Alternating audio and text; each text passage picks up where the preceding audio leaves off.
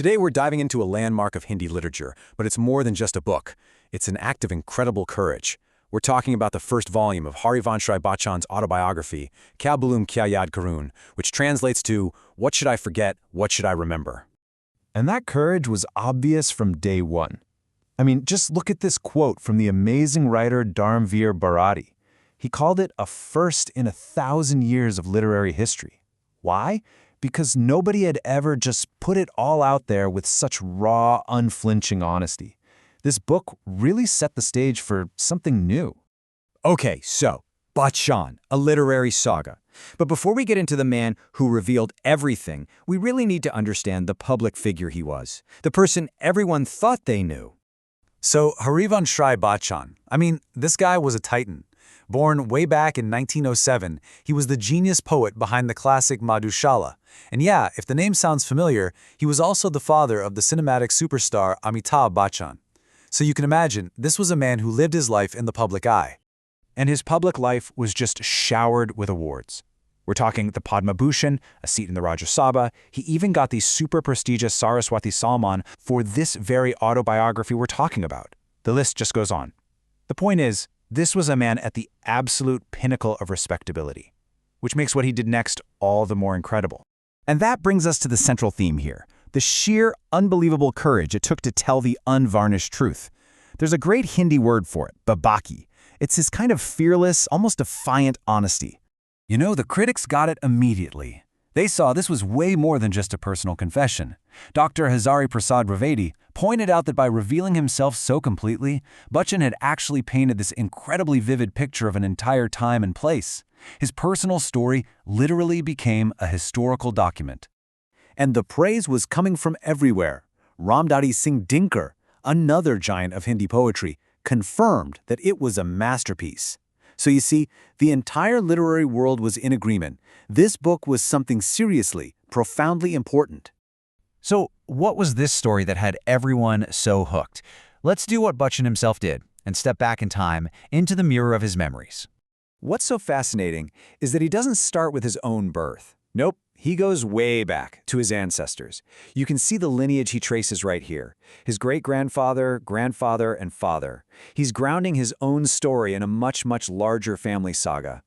And he absolutely does not shy away from the hard times. He shares this one heartbreaking memory of his father's business. One day, an entire cartload of wooden stakes they were trying to sell got rejected. Now for most, that's just a business loss. But for the Bachchans, those rejected stakes became their firewood for months. It's such a tiny detail, but it tells you everything about their struggles. And this is where you just see his brilliant philosophical mind at work. He tells this story about a family hookah, supposedly a gift from the Emperor Akbar. Over the years, every single part got broken and replaced. The bowl, the pipe, all of it. And yet, the family always called it Akbar's hookah.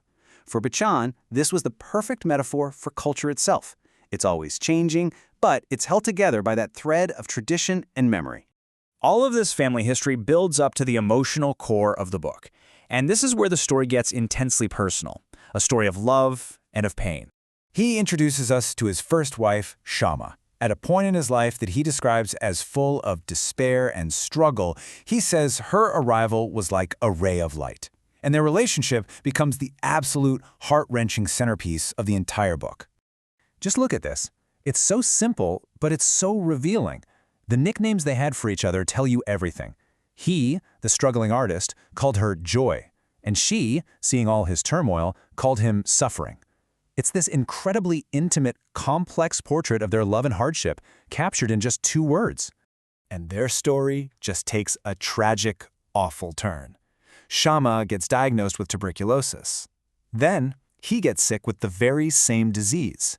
She nurses him completely selflessly, and in just the most devastating twist of fate, the very day he's declared healthy, her own condition gets drastically worse. She never recovers, and the first volume of his life story ends right there, with her death. But beyond all the tragedy, the book is also this deep meditation on life itself. Bachchan wasn't just telling us what happened, he was trying to make sense of it all. So why did this huge public figure feel like he had to share all these intimate details? Well, he tells us, right in the preface. He saw his own life not as exceptional, but as ordinary. And for him, that was his greatest fortune. It was in that shared, ordinary experience that he felt connected to all of humanity. And this really gets to the heart of his whole approach. He remembered hearing a personal, emotional story about the Jallianwala Bagh massacre from a relative. Years later, when he read the official reports, they just felt flat. They lacked that raw power. For Bachchan, that emotional truth, the truth of what someone actually lived through, was always more vivid and more real than any dry list of facts. And so we end up right back where we started, with courage. Harivansh Rai Bachchan's book isn't just his story, it's a challenge to all of us. It leaves you with this fundamental question about your own life, your own memories. After all, what should you forget and what should you remember? And with what honesty can you tell that story?